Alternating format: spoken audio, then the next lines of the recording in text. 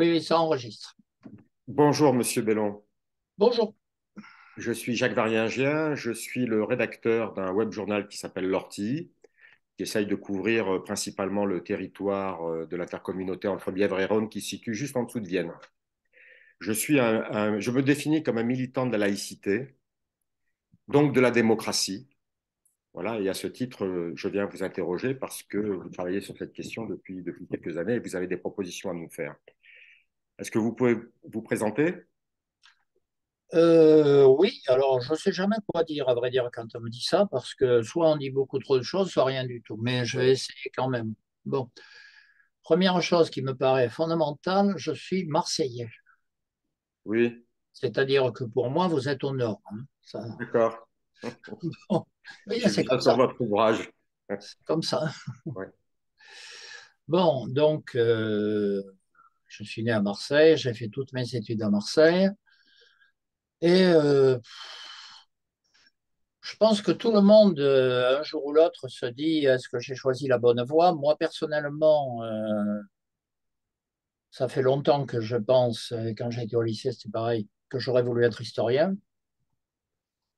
Ne serait-ce parce que j'avais un prof d'histoire extraordinaire qui était spécialiste des tournants historiques. Il aimerait bien ce moment-là aujourd'hui. Ouais.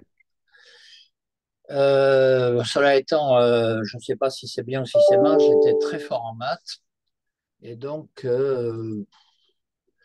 les parents aidants, j'ai fait Polytechnique. Voilà. Ouais. Ensuite, j'ai fait un peu d'errance étudiante comme tout le monde à cet âge-là.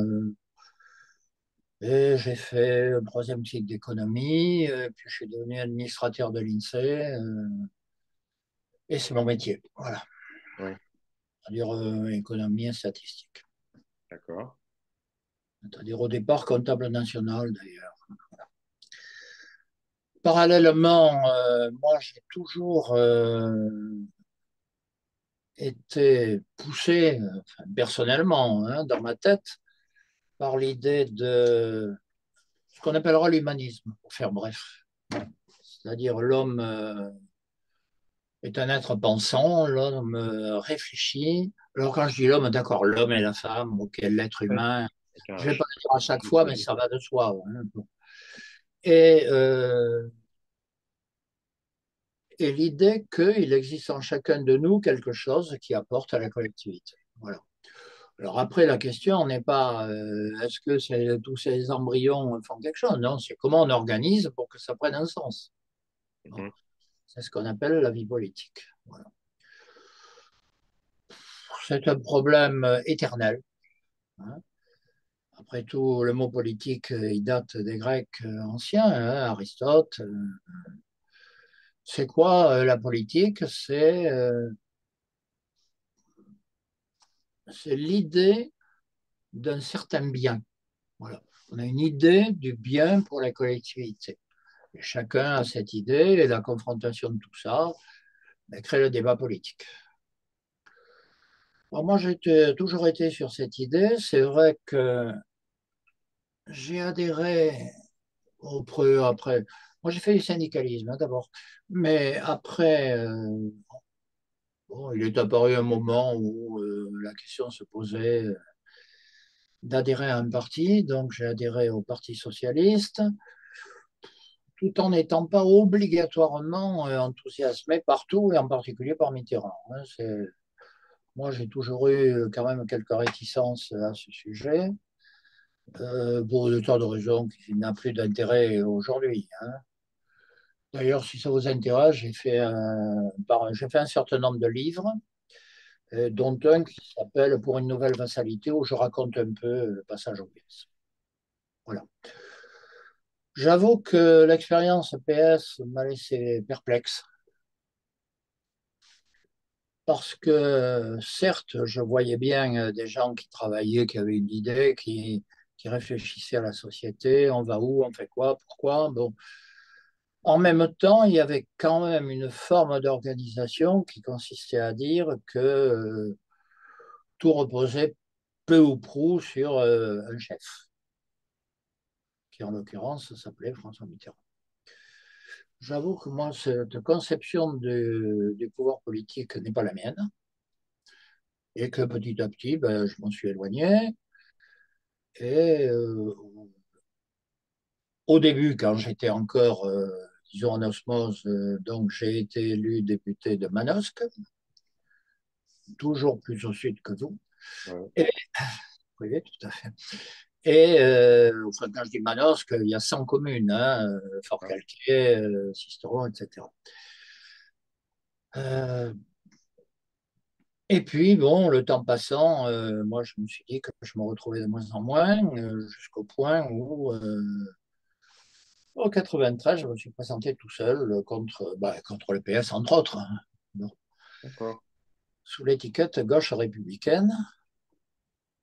J'ai quand même fait 12 et demi tout seul. J'ai battu le PS, on a été battus tous les deux, mais ça, je le savais d'avance, donc c'est pas la question. La question, je me suis présenté, c'est un rapport entre soi et soi, hein, là, c'est pas Mais une... vous avez été président de la commission des affaires étrangères, Avant, effectivement, avant, oui, bien sûr, avant. au titre du PS. Oui, enfin, Là, oui, du coup, oui. voilà. Du Étant coup, là, ça vous a fait entendu, sortir de la... je sais pas s'il faut que je rentre, mais comme je l'ai Non, non, écrit, non. donc je le redise, c'est clair que Mitterrand ne voulait pas que ce soit moi, ça tout le monde le savait. Et puis le groupe socialiste qui quand même commençait à prendre un peu d'autonomie et à ne pas être très content des résultats électoraux aussi, ben, m'a élu contre un candidat qui apparemment émergeait de l'establishment. Voilà. D'accord, Voilà. Donc, oui, j'ai pas été désigné par le sommet. Ça, d'accord, désigné par une base qui s'appelle le groupe socialiste, d'accord, d'accord. qui avait quand même, me semble-t-il, un peu plus d'autonomie qu'aujourd'hui. Ouais. L'évolution de la vie publique, enfin de la vie politique, fait quand même, et c'est une des questions principales Mm. auxquelles nous allons avoir à parler, hein, dont nous allons avoir parlé, euh, c'est la question de savoir de qui dépendent les parlementaires. Mhm. Hein, ça tournera, et je pense qu'on va y venir, à le mandat impératif, le RIC, etc., etc.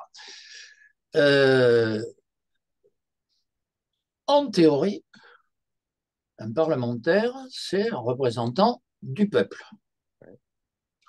Alors, suivant les constitutions, ça peut être le représentant du peuple globalement, en mettant la proportionnelle intégrale, hein. Mhm. Ça peut être le représentant du peuple par l'élection sur un territoire particulier. C'est le député d'arrondissement, ce que moi j'ai vécu. Honnêtement, je ne déteste pas qu'on soit lié à un territoire, hein. Mais Ouais. ceci est un autre débat, parce que ce qui est venu petit à petit, et c'est à ça que je voulais en venir, c'est que les députés sont de plus en plus les représentants de leur parti et non pas les représentants du peuple. Complètement. Voilà. Et que donc, à partir de ce moment-là, il ne faut pas s'étonner qu'un fossé se soit créé entre les parlementaires et les citoyens. Mm. Nous y sommes en ce moment. Voilà. Voilà. Ouais. Donc, alors, si vous me demandez, autant que j'y réponde tout de suite, est-ce que je regrette d'avoir vécu cette période? Non. Mhm. Non, parce que d'abord, ça m'a beaucoup appris. Et quelque part, ça me permet de mieux comprendre l'actuel. Ouais. Ne serait-ce que parce que je connais la règle du jeu. Ouais. Pas, Voilà. Mais vous avez toujours été un petit peu sensible à cette structure hiérarchique pyramidale. sensible négativement, oui. Négativement, hein, au sens, j'allais dire, de Simone Veil, hein, qui a écrit un petit ouvrage très intéressant sur la fin, sur la fin des partis politiques, hein. Vous parlez de laquelle, Simone Veil? La philosophe. D'accord.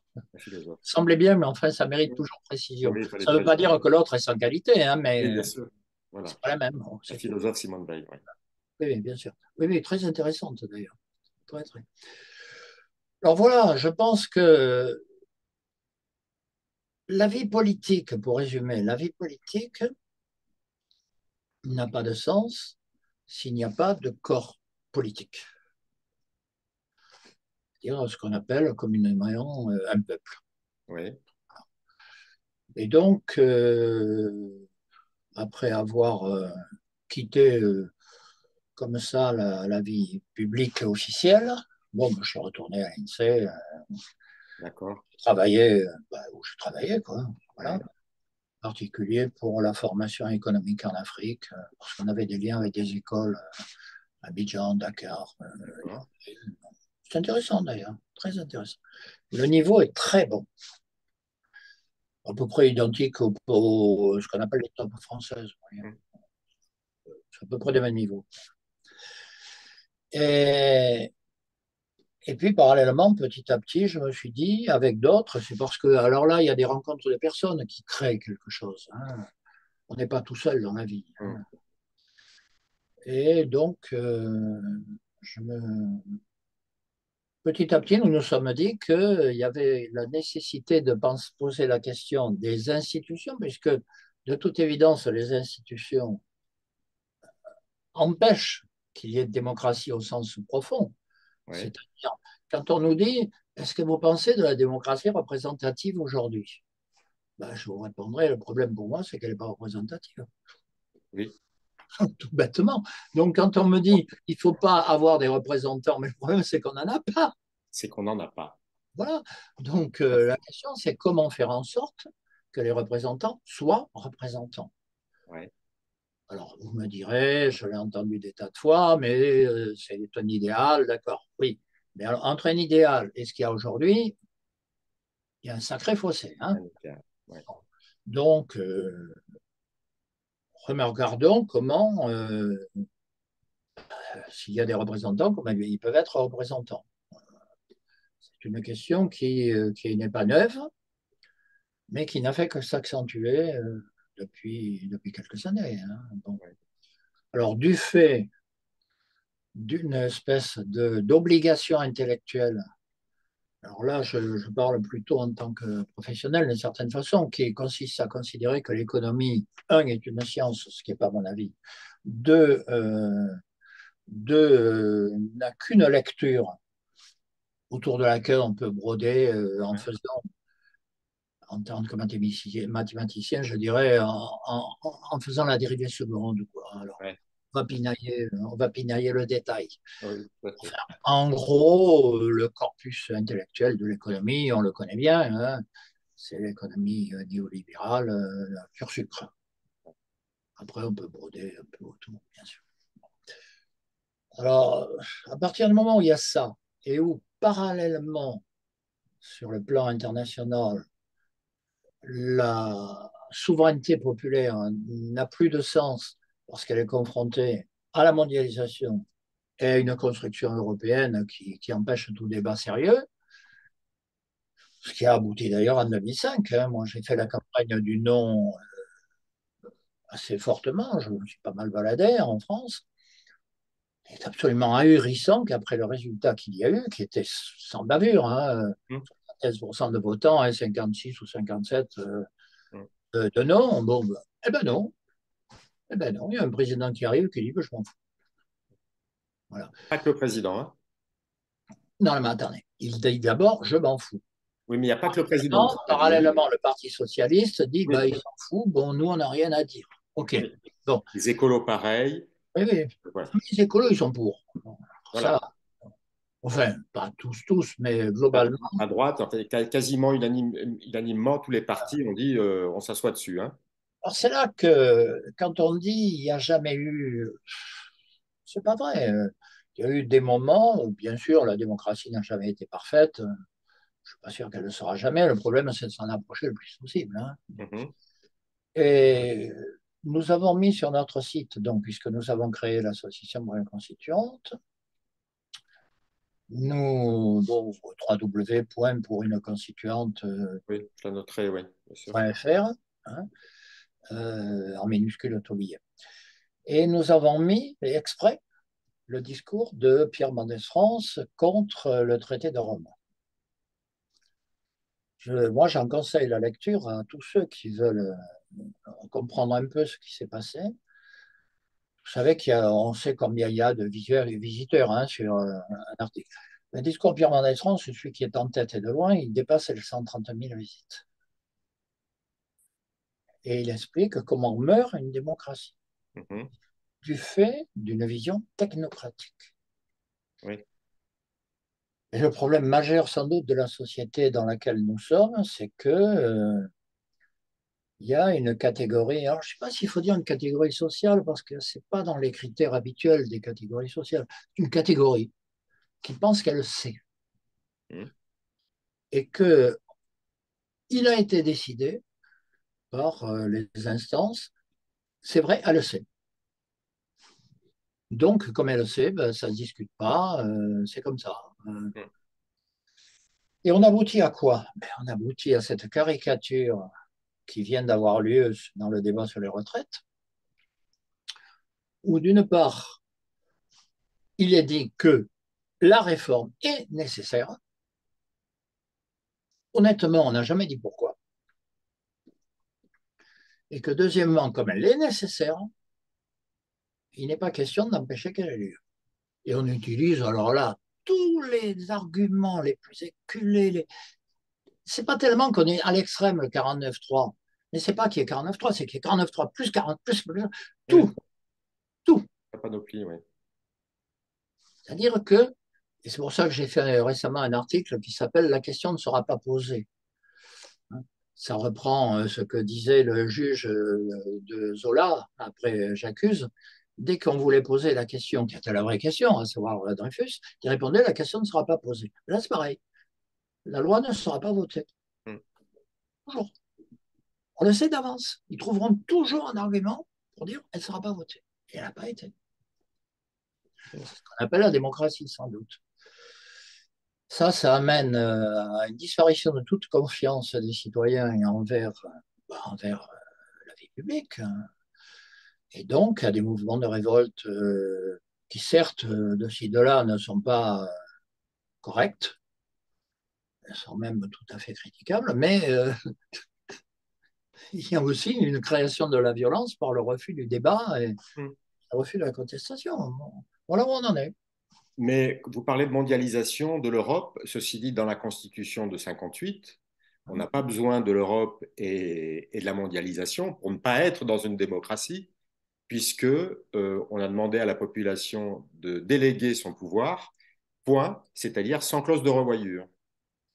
Alors, il y a effectivement dans la création de l'Union européenne, mais là, relisez, si vous ne l'avez pas déjà lu, le discours de Pierre Mendès France, il est vraiment remarquable.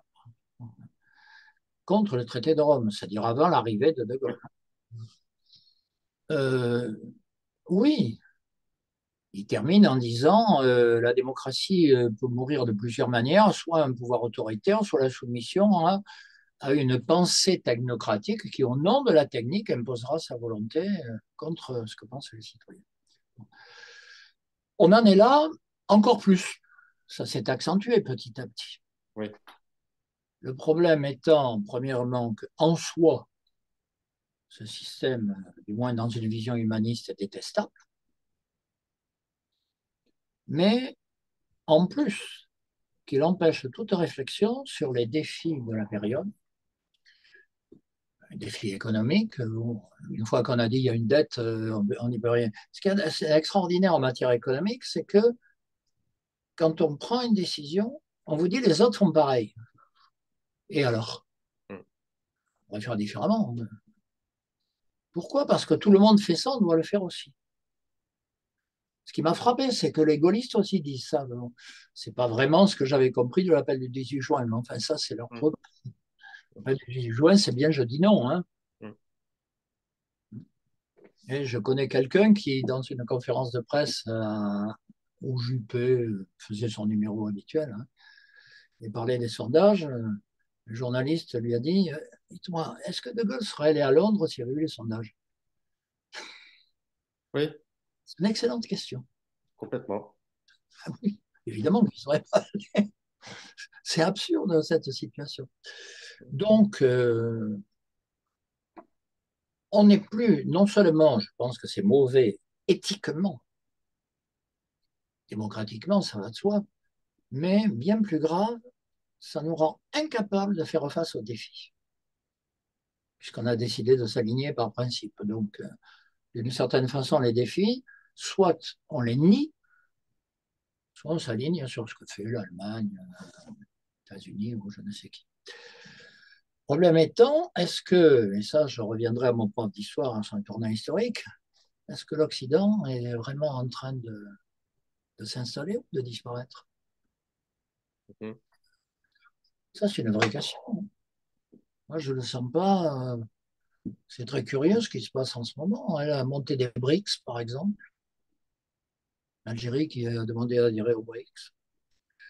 Ce qui se passe en Turquie. En Chine, bien entendu. Bon. Enfin, ça, tout le monde le dit, ça, pour le coup. Pour les autres, on le dit moins. Hein. Ce qui se passe en Afrique. Regardez les votes à l'ONU, l'Afrique est en train de se séparer. Mhm. Si la seule réponse qu'on a face à tout ça, c'est nous, on fait comme l'Allemagne parce qu'il n'y a pas d'autre manière, c'est sûr que ce soit une bonne réponse historique. Voilà. En tout cas, ça mérite réflexion. Voilà. Mhm. Je ne dis pas que la réponse est simple, loin de là. Hein. Je Oui, dis oui. simplement que celle que je viens de donner est idiote. Voilà, c'est tout. Alors moi, ma question toujours, c'est de ne pas prendre parti sur les solutions, mais d'interroger les dispositifs, c'est-à-dire la méthode. C'est-à-dire où peut-on réfléchir aux questions qui concernent la population ou le peuple, suivant la définition qu'on en a, parce que dans notre Constitution, il n'y a pas de lieu, d'agora institutionnel pour faire un diagnostic, comme vous le faites, le faire collectivement et pour influer la politique. On n'a pas de dispositif. Alors, c'est vrai, et ça mérite une analyse plus approfondie. Parce que, en théorie,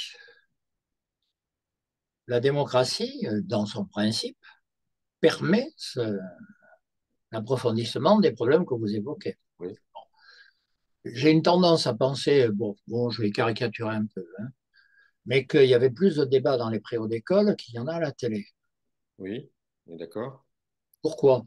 Parce que les gens se rencontraient, tout bêtement. Ah, qu'est-ce que vous voulez? Aller à la télé pour écouter je ne sais quel responsable de je ne sais quel parti ou je ne sais quel philosophe qui est autant philosophe que moi, euh, je m'en fiche. Mm. Bon. Ce qui est intéressant, c'est le débat public. C'est du débat que peut émerger, je ne dirais pas la solution, il faut pas, mais disons des embryons de solutions qui, confrontées à d'autres, amèneront à quelque chose. Il faut que ce débat ait lieu. Voilà. Moi, je me suis beaucoup intéressé à la Révolution française. Bon, on peut gloser éternellement. Mm. Moi, je ne dis pas que tout est bien, que c'était merveilleux, qu'il n'y avait pas de violence. Hein, ça, c'est pas vrai. Bon. Mais la manière dont il me semble que certains l'enseignent, à savoir la révolution, c'est uniquement la guillotine, c'est idiot. Bon, Bien sûr. c'est un phénomène historique extraordinaire, quasiment unique. Hein. Euh, si vous voulez, dans un des livres que j'ai écrit, là, je cite Carlos Fuentes. Hein. Je ne sais pas si vous vous souvenez, en l'an 2000, il y a un journal, je ne sais plus lequel d'ailleurs, qui a demandé à un certain nombre de philosophes quelle est la meilleure révolution du millénaire. Une question, oui, c'est pas idiot d'ailleurs. Bon, Mm. a priori, c'est un peu inattendu, mais bon, pourquoi pas. Et Carlos Fuentes répond, pour moi, c'est la Révolution française. Alors, je vous passe la citation parce qu'elle est très très longue. Hein. Il n'explique pas au travers de il y a tel personnage ou autre, non. C'est au travers de la volonté de construire quelque chose au plus près des citoyens au niveau communal. Ça, c'est intéressant. Et ce n'est pas Ouais. la vision qu'on a habituellement. Or, c'est encore à créer, ça, d'une certaine façon. Alors, quand vous dites, nous pensons des cercles, on dit des cercles parce qu'il n'y a pas autre chose. Hein. Bon. Si les maires veulent faire des associations pour une constituante, pour faire bref, Mm. hein, pour les institutions, très bien. Excellente idée. Nous, on n'est pas attaché au fait qu'ils prennent une carte dans notre association. Ce n'est pas la question. À l'extrême, s'il n'en avait plus besoin, ça serait même très bien. Mhm. Le problème, c'est qu'il existe quelque part une agora, Mhm. le plus local possible, où ils peuvent le dire. Parce qu'en fait, ce qui vient de se passer là depuis quelques mois, hein, histoire de retraite. Bon, certes, Macron tenait à sa réforme retraite, ça faisait européen. Bon, très bien, ok.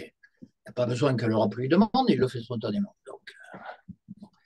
Mais le problème, c'est que plus que ça, il voulait trouver une manière d'affirmer qu'il était le chef. C'est ça l'enjeu de cette histoire. C'est-à-dire qu'il a montré à tous les Français que les institutions dérivaient encore plus qu'avant vers l'autoritarisme. Et donc la question institutionnelle est posée de ce point de vue. C'est le seul aspect positif de cette histoire. On ne peut plus la nier. Parce qu'elles ont été tellement utilisées pour empêcher l'expression du peuple que, Mhm. voilà. Donc la question est posée. Alors moi, je ne sais pas si c'est nouveau. Je crois que ça l'a toujours été avec cette constitution, mais qu'on était trompé parce qu'un parti pouvait dire j'ai une majorité, et même s'il était minoritaire sur les inscrits, il pouvait utiliser cet euphémisme-là pour faire croire qu'il était majoritaire, alors qu'aujourd'hui, ils ne peuvent pas dire, personne ne peut dire on est majoritaire, aucun élu, quasiment, hein, aucun député, il y en a très très peu. Je ne sais pas s'il y en a 15 qui sont élus sur une majorité. Hein. Donc du coup, il n'y a que des minorités. Si vous me demandez, Ça se voit si vous me aujourd'hui. demandez ma position personnelle, moi par exemple, j'ai toujours été hostile, mais je ne cherche pas à l'imposer à qui que ce soit. J'ai toujours été hostile à l'élection d'un président de la République au suffrage universel. Parce que je pense que ça élit un personnage porteur d'autoritarisme qui trouve une légitimité dans le vote populaire. Je trouve qu'il y a là une contradiction qui, pour moi, est embêtante. Voilà. Donc, je ne suis pas un fanatique de ce système. Le temps, non. Je dis simplement qu'il faut, s'il y a des parlementaires, ils ne doivent pas être les représentants du président, ce qui est encore plus vrai depuis le quinquennat. Hein. Voilà, ça se voit. La réforme Jospin avec l'inversion des calendriers, Oui. ça a renforcé le côté soumis des parlementaires. Hein. Mm. C'est clair. Euh, Moi, je souhaite plutôt qu'on trouve le plus possible, encore une fois, je ne dis pas c'est un idéal, il faut se rapprocher le plus possible de représentants qui réellement représentent et d'un Parlement qui réellement sert à quelque chose. Ce qu'il y a de merveilleux dans ce qu'on vient de voir, c'est que le Parlement ne sert à rien et que les députés sont complètement soumis au président. Voilà. Alors ça, c'est très exactement ce que je ne veux pas. Mm. Après, oui, bien sûr, l'idéal, entre l'idéal et ça, encore une fois. Mm. Oui, quand moi je me souviens toujours, c'est après le Second Empire, si vous vous souvenez, il y a le mouvement des radicaux, bon. Et c'est Gambetta, le programme de Belleville, on appelait ça, qui dit il faut bien voir que avec la démocratie, si elle fonctionne bien, si elle est réellement ce qu'elle devrait être, hein, on a le moyen de résoudre tous les conflits, puisqu'ils peuvent s'exprimer par le biais démocratique. Ce n'est pas du tout le cas aujourd'hui. C'est pour ça d'ailleurs qu'il y a violence. Ils ne peuvent pas s'exprimer de façon démocratique. Et ça, on n'y échappera pas à cette question-là. Ça devient très, très, très dangereux. Oui, oui, oui. Alors moi, il me semble que ça l'a toujours été, mais qu'aujourd'hui, ça se voit parce que la population a été un peu échaudée par tout ce qui s'est passé et se détourne un petit peu des élections. Donc, du coup, les représentants apparaissent pour ce qu'ils sont, c'est-à-dire extrêmement minoritaires, hein, c'est-à-dire qu'une petite partie de la population, finalement, qui fait la pluie et le beau temps. Mais du coup, il y a un problème, moi, je trouve, avec la représentation. C'est est-ce qu'il faut donner les moyens aux représentants de l'être ou est-ce que, donc, que ce soit eux qui discutent et qui décident du sens de la vie, entre guillemets, ou est-ce qu'on doit créer des dispositifs pour que ça soit la population elle-même qui soit productrice de sens? Et de mon point de vue, ce n'est pas pareil. Me dirait l'autre, quand il cherche à fuir les questions, les deux en général. Ouais. Mais oui, évidemment. Euh, D'abord, premièrement, ne soyons pas négatifs en tout. Il s'est quand même passé quelque chose de complètement inattendu. Et ça, c'est l'histoire. Hein, c'est la ruse de la raison, si je peux dire. Ouais. C'est le groupe Elliott dans ce Ouais. débat. Là, il s'est passé quelque chose. Des gens, et honnêtement, c'est pas des charlots. Hein. Courson, c'est un conseiller à la Cour des comptes, un type qui sait de quoi il parle. Bon. Des gens qui ont dit, ben non, ça va pas. La démocratie, elle marche pas, et nous, on marche pas. Bon, d'accord, ils étaient hyper minoritaires, n'empêche qu'ils l'ont fait. Je pense que dans l'histoire, quand il y a ce genre de phénomène, il faut d'abord dire, ben, on est content qu'il existe. Hein. Bon, parce que ça nous change un peu, ça fait de l'air. Bon, ça ne résout pas tout, mais ça rassure, au moins sur la nature humaine. Mhm. Bon, donc, je pense que ça mérite d'être signalé. Pour le reste, encore une fois, moi, j'ai regardé des tas de trucs, les gens qui veulent remplacer l'élection par un tirage au sort, les gens qui nanana. Ce qu'il y a d'extraordinaire, s'ils arrivent tous à dire des gens, s'ils sont tirés au sort, ils sont représentants aussi. Bon, c'est toujours des représentants. Sauf que la manière dont ils ont été désignés, je la trouve détestable. Mais ça c'est autre chose.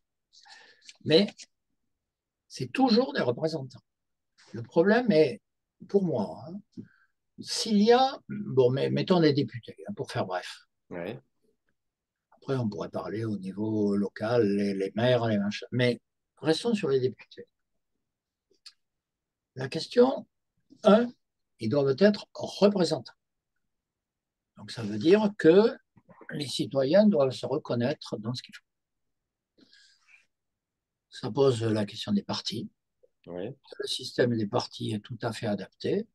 Ça, c'est une vraie question. Est-ce que les partis tels qu'ils sont représentent vraiment le débat tel qu'il est aujourd'hui?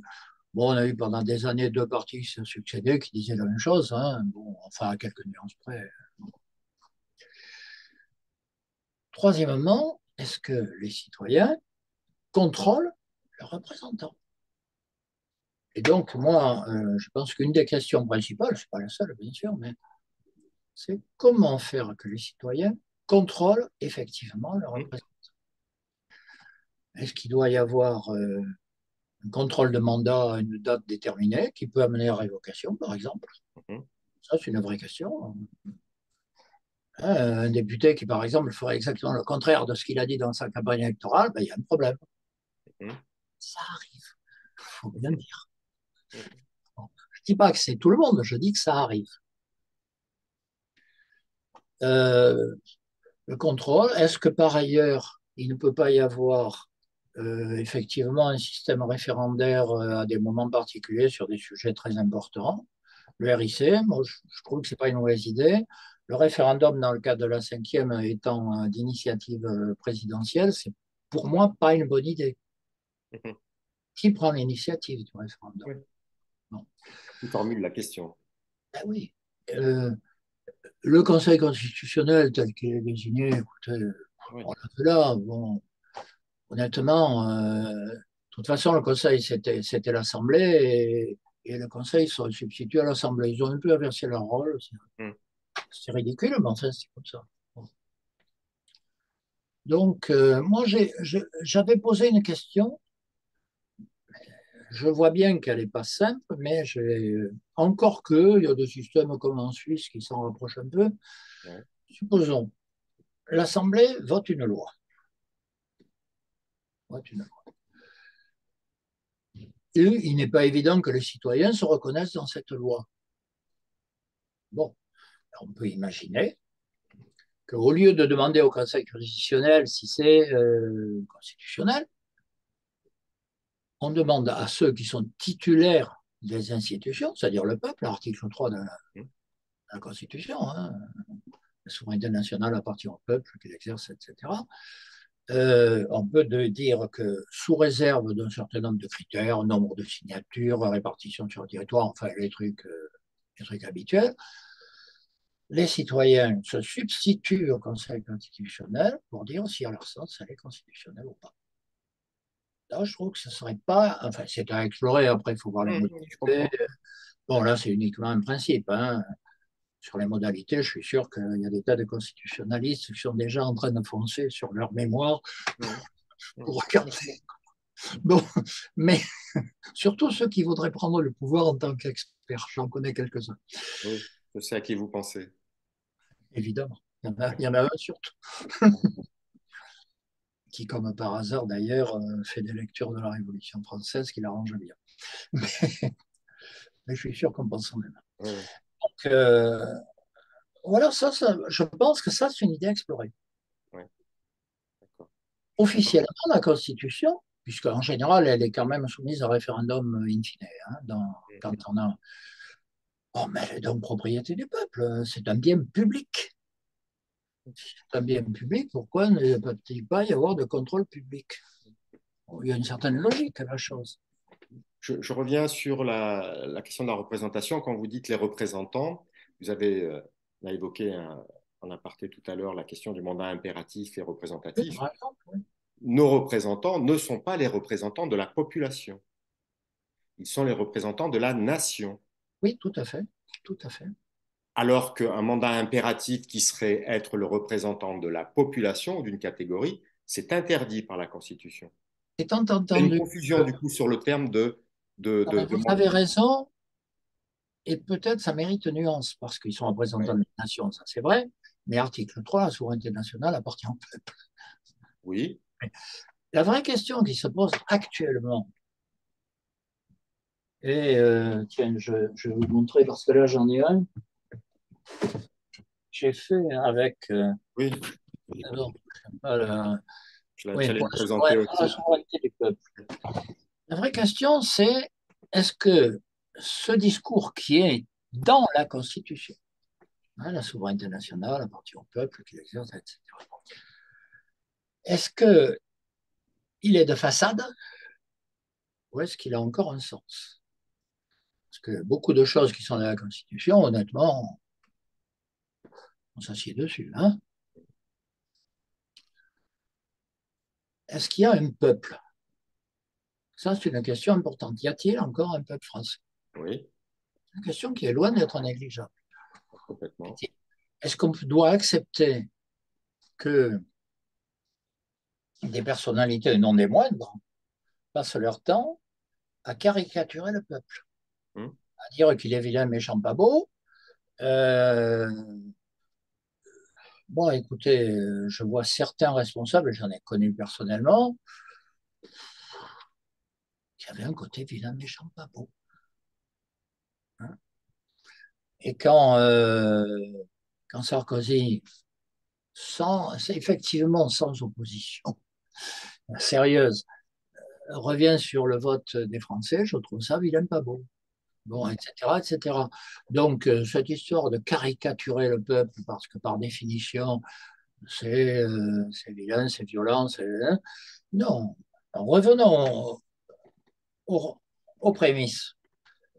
Chez les Grecs, enfin, quand je me lance là-dedans, j'ai du mal parce que j'ai jamais fait de grec. Hein. Mais je connais deux, trois trucs. Hum. Il y avait trois mots pour dire peuple chez les Grecs. Il y avait ethnos, qui est en gros le peuple au sens ethnique. Hum. Ça, on voit à peu près ce que ça veut dire. Hum. Il y avait le peuple au sens populace, que le laïos. Hum. La populace, elle est là. Et puis, il y avait le peuple au sens démos, c'est-à-dire le peuple en tant que corps politique constitué. C'est pas la même chose. Non. Quand on dit il vient pas beau, c'est toujours le laïos. Hein. Oui. Non. Et on l'associe toujours l'un à l'autre. Oui, non, mais c'est pas vrai. La foule au peuple, hein, c'est ce que fait Macron. Oui, mais ça l'arrange bien. Bon. Mais il n'est pas le seul. Hein. Oh non, oh non. Le mépris du peuple, c'est ce qu'il y a de plus partagé, aussi bien à droite qu'à gauche, à l'extrême droite qu'à l'extrême gauche, y compris parmi la population elle-même. Hein. Moi, quand je parle de Alors, démocratie, beaucoup de gens me renvoient à un extrême mépris pour le peuple, hein, Si vous pour m'aviez une dit ça, population. si vous m'aviez dit ça il y a 10, 15 ans, j'aurais dit c'est pas faux. Il y a un mépris de soi-même. C'est moins vrai aujourd'hui.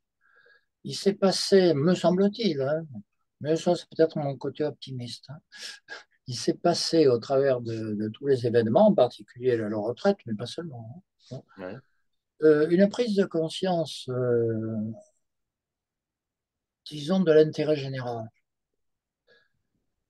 Alors, je ne dis pas que c'est encore oui, parfait, mais il me semble qu'il y a eu quelque chose qui mérite d'être regardé, justement d'être approfondi, d'être pratiqué, d'être mis en œuvre. Voilà. Et donc, ça rejoint ce que nous disions sur, au niveau communal. Oui, alors je ne dis pas que tout est parfait, bien entendu, mais enfin, écoutez, quand j'entends. Alors, non, il ne faut pas non plus tomber dans l'excès inverse, tout ministre est un idiot. Bon, c'est trop facile. bien sûr. Du moment que ça ne me touche pas historiquement, je pourrais me permettre, mais ça serait franchement bête. Euh, il y a des ministres qui croient, qui peuvent se tromper, il peut y en avoir qui font des réformes qui ne sont pas complètement inintéressantes, et puis il y en a qui sont complètement crétins, oui, ça on en connaît tous. Bon. Mais c'est pas parce qu'on est ministre qu'on est Einstein, hein. C'est pas vrai ça. Oui, les manières dont on choisit, c'est les coteries, c'est le rapport de force, c'est l'aspect médiatique, enfin j'en passe. Mais la question est plus loin. Il faut bien des gens qui soient responsables de l'administration. Le problème, c'est on les désigne comment, on les contrôle comment. Et à l'heure actuelle, cette question n'est plus posée dans le débat public. Et moi, je souhaite qu'elle soit posée. Oui. Euh, il faut bien, moi j'interroge ce il faut bien des gens. Évidemment qu'il faut des. C'est Jean-Pierre. Comment s'appelle-t-il là? J'ai perdu son nom. Qui donne cet exemple du bateau. La population est en fond de cale. Il faut bien quelqu'un qui tienne le gouvernail. Parce qu'il faut une compétence particulière pour tenir le gouvernail. Donc il faut des gens. Mais celui qui tient le gouvernail n'a pas à dire la direction. La direction, le sens de la vie, la finalité de la société, elle doit être dite par la population dans son ensemble. Et Vous avez aujourd'hui, remarqué que oui, celui qui tient le gouvernail n'est jamais le capitaine, hein, alors sûrement. il me semble qu'aujourd'hui, ceux qui tiennent le gouvernail sont des dirigeants avec les contraintes de l'évolution, mais du coup, c'est eux qui définissent le sens. Et moi, c'est quelque chose qui ne me va pas, qu'une minorité, parce que du coup, c'est une extrême minorité, qui décide de la direction sous prétexte de tenir le gouvernail, parce qu'il faut bien quelqu'un qui tienne le gouvernail, mais sous ce prétexte-là, il décide du sens des choses. Et il me semble, moi, que la catastrophe écologique dans laquelle on est liée au fait que les gens qui tiennent le gouvernail et donc dirigent, ce n'est pas la population elle-même, parce que je ne connais pas de peuple qui aurait voté pour la situation actuelle. Voilà. Ça, c'est probable. Voilà. Mais Donc, je trouve que c'est important quand on dit il faut des gens, qu'on puisse distinguer entre il faut des gens pour gouverner et il faut que quelqu'un dirige. Et ce quelqu'un, ça ne peut être que la population, que le peuple, si on veut l'appeler c'est comme ça. intéressant ce que vous dites, parce que la question de la direction, hein, c'est effectivement, en démocratie, c'est le peuple. Oui, ça devrait. En démocratie, si elle est vraiment Ah oui, démocratique, c'est le d'accord. peuple. Oui, d'accord. On est Après, d'accord. ça veut dire qu'on n'est pas en démocratie. On n'est pas en Bon. démocratie. Donc, soyons clairs, hein. On est bien d'accord. En ce moment, on dit qu'on est en démocratie. Alors, je sais la réponse, allez voir en Chine, oui, d'accord. Oui, oui, Ça, ça j'entends ça depuis des décennies. C'est une manière de botter en touche qui n'a oui, strictement aucun intérêt. Bon. Le problème, c'est que il y a une volonté dans les classes dirigeantes actuelles, hein, de ne pas tenir compte de toute critique parce qu'ils savent ce qui est bon. Ils en sont persuadés. Moi, Macron, je trouve que ce qu'il fait est détestable, Et je pense qu'il y croit. bien sûr. C'est encore pire d'ailleurs. Si au moins il pouvait se dire, ça m'arrange. Mais non, pas du tout. Il y croit. Il y croit. Alors en plus, il y a eu une presse et autres qui en a fait un génie. Bon, pourquoi pas, hein, mais bon, ça paraît pas très sérieux, mais bon. On est. Et de ce point de vue, je pense, bien sûr, je connais, ça n'a jamais été parfait. Alors, bien sûr, je suis d'accord avec ça, hein. C'est pas parce que ça n'a jamais été parfait qu'il ne faut pas voir pourquoi ça a dérapé encore plus. Mm. Ce qu'on appelle le tournant de la mondialisation, hein, ce n'est pas seulement d'imposer une politique, c'est d'imposer qu'il n'y a plus de vie politique. Oui, C'est d'imposer, d'essayer de nous faire croire que nous sommes incapables de penser. Ça, c'est fondamental. oui, Et donc, nous sommes face, évidemment, à une crise politique majeure en ce moment. Ça me paraît crever les yeux. Nous sommes face à une crise idéologique extraordinaire. oui, Ce système de la mondialisation tel qu'il a été conçu est un système anti-humaniste, par principe. oui. L'humain est mauvais. C'est même plus le peuple. L'humain est mauvais. Et donc, je pense qu'il faut lutter contre ça. Bon, ça ne veut pas dire qu'on accepte n'importe quoi, bien entendu, hein, mais il faut lutter contre cette idée, cette espèce de fatalisme de la nullité que nous porterions en nous. Ben, c'est-à-dire que, alors c'est Alain Suppiot qui le décrit hein, dans son livre sur la gouvernance, hein. C'est-à-dire que quand on dit que le monde politique est géré par des algorithmes et que donc il faut des spécialistes, par définition, on disqualifie toute la population qui ne l'est pas. Et du coup, on vide la politique de sa substance. Alors, Hein. première remarque, je connais personnellement Alain Suppiot, pour lequel j'ai une D'accord. grande admiration, hein, depuis l'Esprit de Philadelphie, qui était son Oui, premier bouquin qui a beaucoup circulé, donc, oui, qui était remarquable, tout vraiment à remarquable. fait. Et à un moment, il dit, la mondialisation n'est pas un fait de nature, elle est une construction humaine. Oui. Toute construction humaine, elle peut naître, vivre, mourir. Mhm. Et donc, quelque part, les problèmes que nous évoquons ne, ne peuvent pas être séparés de la question de la mondialisation. Et D'accord. dans mes quelques bouquins, excusez-moi de me citer moi-même, enfin, Bien sûr. si je ne le fais pas, je ne vois pas qui le fera. Hein, bon, alors, il y en a un qui s'appelle Pourquoi je ne suis pas altermondialiste. Ouais. Pourquoi? Parce que altermondialiste, ça veut dire j'accepte la mondialisation et je la peins en rose. Mhm. Ou en vert, suivant les Oui. tendances. Mhm. Non, non, parce qu'on est toujours dans le même cadre. Non, non. Moi, je refuse la mondialisation en tant que telle. Après, qu'il y ait, et je sépare nationalisme, mondialisme, pardon, et internationalisme. Bien C'est sûr. pas la même chose. Bien sûr. C'est pas du tout la même chose. Parce que dans l'idée d'internationalisme, il y a encore la volonté du peuple. Dans l'idée de mondialisme, il n'y est pas. Non. De ce point de vue, moi, je suis plutôt attaché à Jaurès, vous voyez, Mhm. qui, lui, était très internationaliste. Mhm. Et Suppiot, oui, il a fait un article remarquable dans Le Monde il y a un mois et demi, je crois. Oui. Il explique, je l'ai reproduit avec son autorisation Oui, tout à fait. sur notre site. Oui. Et oui, il a raison, la démocratie doit être sociale. Ce n'est pas uniquement une question institutionnelle, oui, ça c'est vrai. Alors du Et coup, aussi la question institutionnelle. oui.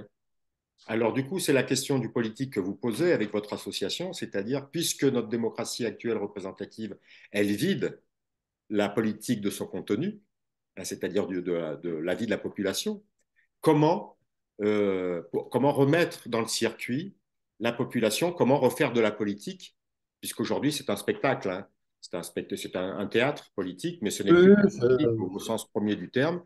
Et on donc se la demande question, pourquoi il n'y en a pas qui se mettent franchement à poil avec une plume dans le oui, pied. oui, mais ça se fera hein, chez Hanouna, ça se fera. Oui, La voilà. question, c'est comment refonder le politique. Oui. Quel dispositif on peut inventer pour que la population réinvestisse son pouvoir et refasse de la politique. Alors c'est à la fois, là je reviens Alors, ça, de mon côté mathématicien, j'ai gardé l'idée quand j'ai une idée. Quand j'ai une D'accord. ligne, je ne vois pas en sortir. Hein. C'est à la fois un problème politique au sens habituel, hein, Ouais. dire comment fonctionne la vie publique, quelles institutions, qui les dirige, qui les contrôle, etc. Et c'est aussi un problème idéologique. Si on ne s'attaque pas à la mondialisation, à mon avis, il n'y a pas de solution. D'accord. Parce que la mondialisation, c'est quoi? C'est la victoire de la pensée économique comme fondement Oui. de la... D'accord. Ouais. Or, l'économie, alors ça, si je peux me permettre de parler de moi au passage, j'ai quand même fait un troisième cycle d'économie en Panthéon. Bon. Euh, En s'abstrayant des sciences sociales, Ouais. l'économie, dans les années 60-70, hein, a fait du social un ennemi. Oui. Tant qu'on accepte cette idée-là, il n'y a pas de solution intellectuelle. Il faut qu'on remette les choses à leur place. Oui. L'économie est une technique, c'est tout. Ce n'est pas du tout une science au sens où on entend un certain nombre de philosophes. C'est oui une technique pour gérer, par exemple la comptabilité nationale, c'est pas un truc qui vient du ciel. On a créé ça parce qu'on en avait besoin à un moment pour illustrer un certain nombre de phénomènes. Mais c'est tout. On pourrait les faire autrement. Ouais. Le PIB, c'est pas, il vient pas de Dieu. Mm. C'est une construction, c'est la somme des valeurs ajoutées. Et puis voilà, bon, mais on pourrait avoir d'autres critères. Mm. Le problème, c'est qu'aujourd'hui, on a décidé qu'il y a des critères qui ne sont plus discutables. Et comme ils sont le fondement des choix politiques, bah, du coup, il y a plus de débat politique. Il n'y a plus. Alors, du coup, là, vous m'inquiétez un petit peu parce que comment lutter contre... Alors ça, évidemment, on est d'accord hein, sur le fait que on utilise le terme de science économique pour écraser tout débat humaniste, entre guillemets, sur le sens des choses. Alors, comment faire pour localement, à travers des dispositifs, des agoras, réinstituer du pouvoir? Parce que quand on dit mondialisation, les gens me disent, mais on est impuissant. Enfin, qu'est-ce que dans mon village, je vais discuter et je vais faire quoi? Comment faire du coup localement pour penser et agir contre ça? Quand il y a des grands changements historiques, on ne peut pas toujours dire la Révolution française, il y en a eu d'autres, hein. Même au moment de la monarchie, il y a eu des moments de rupture. Philippe le Bel, par exemple, quand il crée les États généraux, c'est un événement considérable. Le problème étant à la fois politique et économique, mais aussi vis-à-vis de l'ensemble des citoyens. Par exemple, l'éducation. Est-ce que l'éducation nationale ne devrait pas avoir pour principe principal l'esprit critique? L'esprit critique a beaucoup est considéré comme nocif par certains. Je vais dire, bon, c'est pas. Mais on est obligé de raconter des anecdotes qu'on a vécues, évidemment, hein. Donc, Mhm. quand j'ai fait, donc, je crois que ça s'appellerait un Master 2 maintenant en économie, donc, il y avait un professeur qui, à chaque séance, remplissait trois tableaux. Il les remplissait avec des dérivées premières, des dérivées secondes, parfois même des intégrales. Bah, au diable avarice.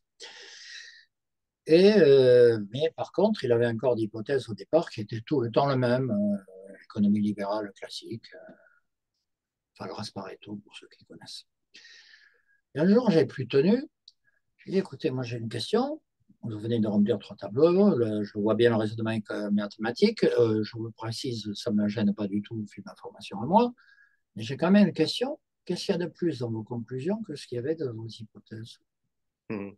On n'a jamais vu les maths créer quelque chose. Ça éclaire, ça ne crée pas. ça peut légitimer, par contre. Mhm.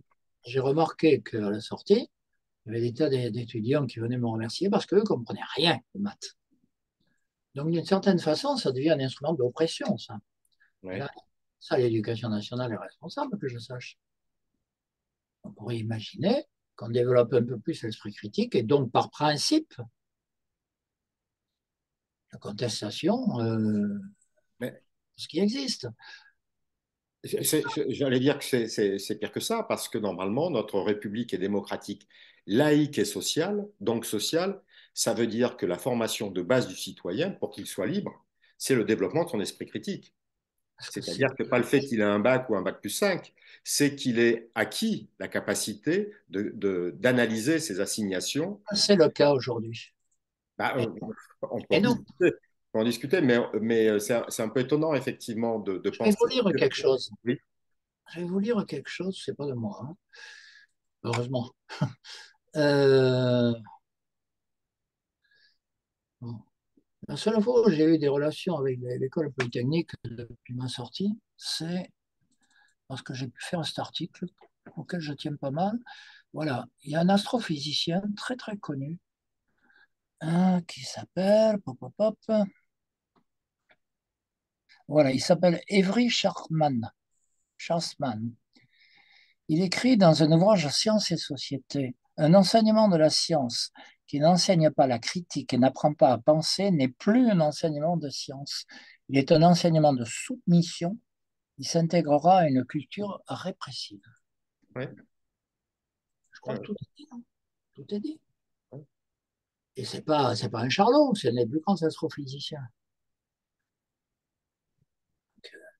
voilà. Et il me semble que du coup, moi, la question que je pose avec les dispositifs, c'est de donner de rendre la capacité à la population de faire des diagnostics en continu. Parce que, j'écris souvent, Absolument. celui Absolument. qui impose le diagnostic, qui définit le problème, induit les solutions. Vous avez tout à fait raison. Donc, tant qu'on ne nous rend pas à nous la possibilité de faire des diagnostics, et nous sommes les mieux placés pour faire le diagnostic de nous-mêmes, entre guillemets, alors c'est qu'on n'a aucun pouvoir. Et Est-ce d'où qu'on cette idée de dire, pour moi, il faut des institutions locales hein, pour est-ce que qu'on les peut gens pas le prendre, confient. est-ce qu'on peut pas le prendre un peu, ce pouvoir? L'éducation populaire.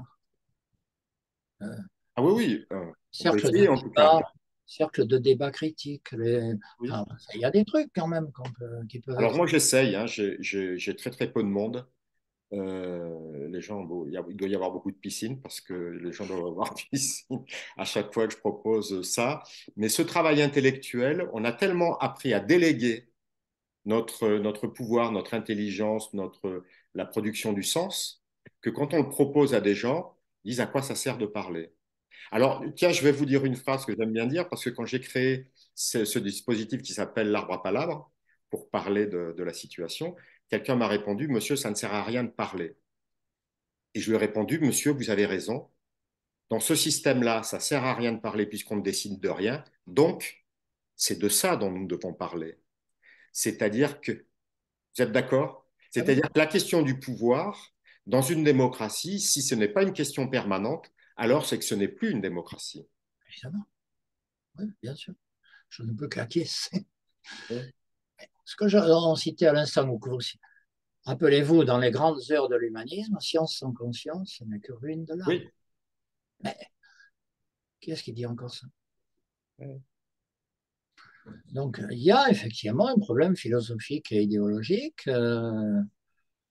alors comme il ne faut pas compter sur la télé pour mettre au devant de la scène des philosophes réels, hein, vous verrez 10 fois, que dis-je, 10 fois, 20 fois Bernard-Henri Lévy et une fois Suppiot. Hein. oui, Bon. Et encore, je suis optimiste. Bon. Oui, mais ça, là, il y a un vrai problème. oui. Il y a un vrai problème. Alors, Et quand vous dites ça a toujours été comme ça, oui et non, la télé avait un côté éducatif un peu plus présent, par exemple. Il y avait des séries euh, historiques qui oui, aujourd'hui n'existent plus. Il y avait des films genre Jacques le Croquant, qui, bon, aujourd'hui, écoutez, c'est concernant, quoi. Bon. Alors, oui, c'est ça, la révolution à faire, elle est à la fois culturelle, philosophique. Oui, c'est pas uniquement effectivement la Constitution, mais cibler sur la Constitution, ça a l'avantage de cibler sur le pouvoir. Oui, oui. C'est pas absurde. Non, mais ce qui est essentiel, enfin voilà, si on ne parle pas du Ah, pouvoir, c'est qu'on parle de rien. On est bien d'accord. oui, bon, Pour- au fond, on en est. Oui.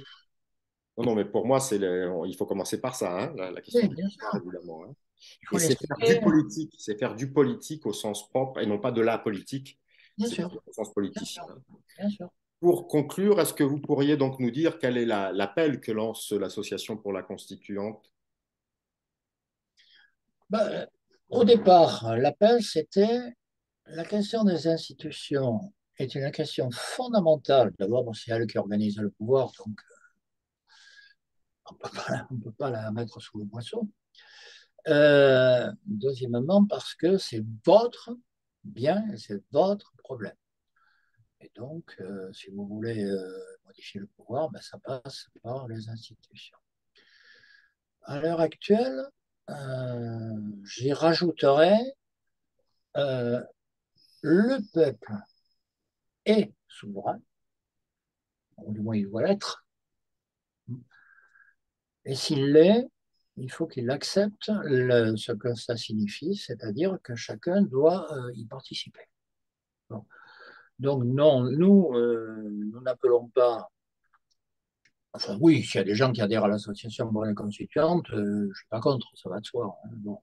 Je ne dis pas que c'est l'alpha et l'oméga non plus, je dis que ça participe d'eux. Et moi, nous, en ce moment, nous sommes en train d'essayer de faire le plus possible de dialogue, de visio et autres avec plein d'associations qui travaillent sur des sujets connexes, hein, ne serait-ce que pour qu'ils se connaissent.